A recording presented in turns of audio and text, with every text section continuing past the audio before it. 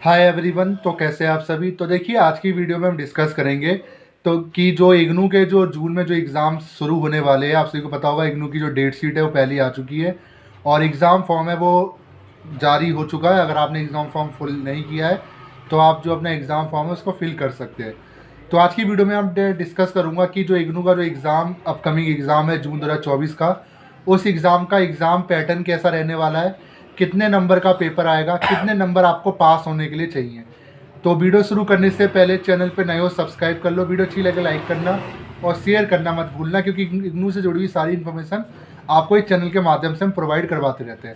तो देखिए, जितने भी ऐसे स्टूडेंट जिनके जून 2024 में एग्ज़ाम्स होने वाले हैं, बेसिकली वो स्टूडेंट जो जुलाई 2023 सेशन से बिलोंग करते हैं और उससे पहले जिन्होंने एडमिशन लिया है, अगर आपका एग्ज़ाम है, अगर आपने एग्ज़ाम फॉर्म फिल किया है, तो आप सभी को मैं बताना चाहता हूँ कि आपका एग्ज़ाम पैटर्न क्या रहेगा। क्योंकि फर्स्ट टाइम जो एग्ज़ाम देने वाले इग्नू में, उनके लिए एग्ज़ाम पैटर्न एक सबसे बड़ी कहीं ना कहीं समस्या रहती है, क्योंकि उन्होंने कभी एग्ज़ाम पेपर नहीं देखा इग्नू का, और क्योंकि वो कॉलेज से अभी अभी आए हैं और अभी स्कूल से होकर वो कॉलेज में आए हैं, तो कहीं ना कहीं उनके लिए सब नया है।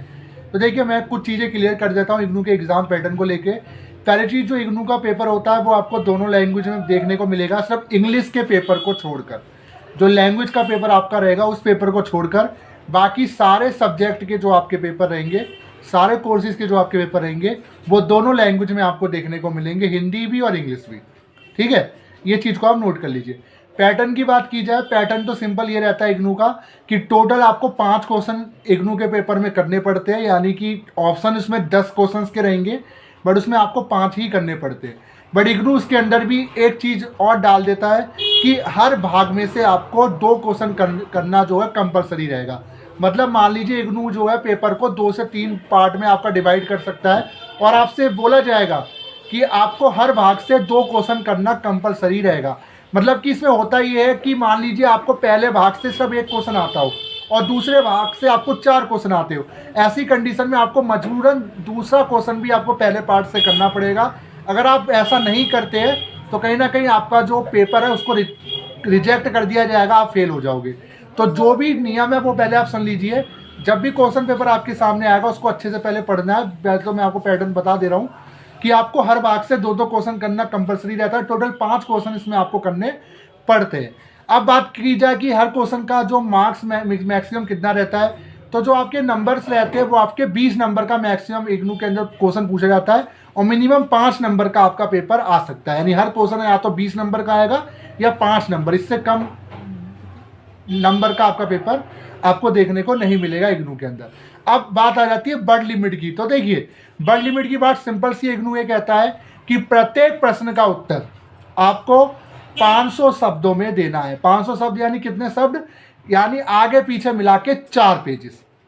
एक सीट में 2 पेज होते हैं आगे पीछे मिला के, यानी 4 पेजेस में आपको आंसर लिखना है। अब आपको 4 पेजेस के लिए तो क्या हम लाइन छोड़ के लिख सकते हैं, चुपका के लिख सकते हो? तो देखिए, लाइन छोड़ के लिखो या चुपका के लिखो, बट लिमिट जो है वर्ड की वो आपको पूरी करनी है। वैसे लाइन छोड़कर तो बच्चे लिखते हैं जो स्कूल लेवल पे लिखते हैं, कॉलेज में जब आप आ जाते हैं तो लाइन चुपका के लिखा जाता है, पर बीच बीच में आप गैप दे सकते हो। जैसे मान लीजिए कोई पॉइंट आप एक्सप्लेन कर रहे हो तो बीच में आप गैप देके दूसरा क्वेश्चन शुरू कर सकते हैं, दूसरी में एक्सप्लेन कर सकते हो। तो ये आप कर सकते हैं, 1-2 लाइन छोड़ सकते हो। बट बच्चों की तरह लिखोगे तो ये तो आप इग्नू को पागल बना रहे हो। एडना वो पागल नहीं है, क्योंकि पेपर अच्छे से चेक होता है इग्नू के अंदर। ठीक है, इस चीज़ को आप नोट कर लीजिए।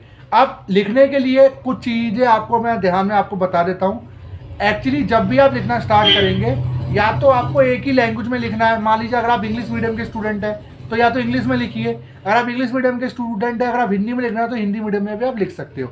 तो एक ही लैंग्वेज में आपको पूरा पेपर लिखना होता है। ऐसा नहीं है कि एक क्वेश्चन आपने इंग्लिश में लिखा, दूसरा हिंदी में लिखा, आप फेल हो जाओगे। ठीक है, इस चीज़ को नोट कर लीजिए आप। अब बात कर लेते हैं पेपर कितने नंबर का आता है। तो देखिए, पेपर आपका 2 पार्ट्स में डिवाइड रहता है। 2 तरीके का पेपर आपको देखने को मिलता है।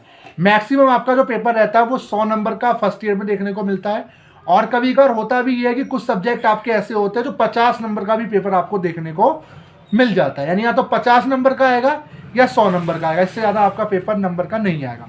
अब कहोगे सर इतने नंबर का तो आ रहा है, पासिंग मार्क्स इसके कितने रहेंगे? तो पासिंग नंबर भी आप जरा सुन लीजिए। देखिए, आपको अगर इग्नू के एग्जाम में पास होना है तो मान लीजिए अगर आप ग्रेजुएशन लेवल पे, अगर आप ग्रेजुएशन कर रहे हो, जैसे आप BA कर रहे हो, BSc कर रहे हो, BBA कर रहे हो, तो आपको 100 में से 40 नंबर लेकर आने हैं ग्रेजुएशन, आपके 35 नंबर, सॉरी मैं PG का बता रहा था।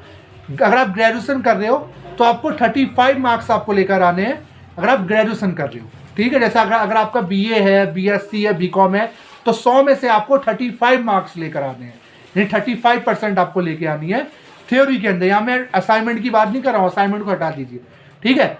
अगर आप पोस्ट ग्रेजुएट का पेपर दे रहे हो, जैसे आप MA कर रहे हो, MCom कर रहे हो, तो आपको 40% लेकर आने हैं, यानी 100 में से 40 नंबर। अगर एक नंबर भी कम हो जाता है पासिंग क्राइटेरिया में, ऐसी कंडीशन में आपका बैक आ जाएगा। तो जैसे ही आपका बैक आ जाएगा, ऐसी कंडीशन में एक चीज़ को याद रखना, बैक आने के बाद आपको वो जो पेपर है वो आपको दोबारा देना पड़ेगा, रिपीट करना पड़ेगा। तो इस चीज़ को आप नोट कर लीजिए, ठीक है। तो कुल मिला के बात यह है कि पासिंग मार्क्स सिंपल सा है। अगर आप MA MCom कर रहे हो, पोस्ट ग्रेजुएशन कर रहे हो, मास्टर्स कर रहे हो, तो आपको 40 नंबर लेकर आने हैं, ठीक है। और अगर आप 50 नंबर का पेपर आ रहा है, मैं 100 नंबर का बता रहा हूँ, 100 नंबर में से आपको 40 मास्टर्स के लिए और ग्रेजुएशन के लिए आपका 35 रहेगा। अब देखिए, अब आ जाते हैं 50 नंबर के पेपर में। अब ग्रेजुएशन लेवल पे भी 50 नंबर का पेपर आपको देखने को मिलता है और मास्टर्स के लेवल पे भी आपको 50 नंबर का पेपर देखने को मिलता है। अगर आपका जो पेपर है 50 नंबर का ग्रेजुएशन लेवल पे आ रहा है, तो ऐसी कंडीशन में आपको पास होने के लिए 18 नंबर चाहिए, ठीक है। 18 नंबर आपको चाहिए ग्रेजुएशन लेवल पे। वहीं अगर 50 नंबर का पेपर आपका मास्टर्स में पूछा जा रहा है, तो ऐसी कंडीशन में जो आपको जो नंबर चाहिए वो चाहिए 20 नंबर, क्योंकि 20 को डबल कर दो 40 होते हैं। उसके 50 का नंबर, सब 100 नंबर का पेपर था तो आपको 40 लाने थे, अब जब वो 50 नंबर का हो गया तो वो आपको 20 लाने। सेम ऐसे आप ग्रेजुएशन में थे, अगर वो 100 नंबर का पेपर था तो 35 लाने हैं, और जैसे अगर आप 50 नंबर का तो 18 लाने, 18 36 हो जाते हैं, जबकि 35 आपको 100 में से लेकर आने अगर आपका 100 नंबर का पेपर आता है, ठीक है। तो ये पासिंग क्राइटेरिया मैंने आपको बता दिया, बस ये छोटी सी वीडियो थी। और बाकी और आपके कोई भी डाउट्स हो तो कमेंट बॉक्स में ज़रूर लिख देना, मैं नेक्स्ट वीडियो में ज़रूर डिस्कस कर दूंगा, कोई दिक्कत वाली बात नहीं है। तो वीडियो कैसी लगी जो बताएगा, और मैंने डिटेल में आपको समझा दिया। और आपसे भी मैं यही कहूँगा कि सपोर्ट कीजिए जितने भी ऐसे स्टूडेंट जो इग्नू से बिलोंग करते हैं।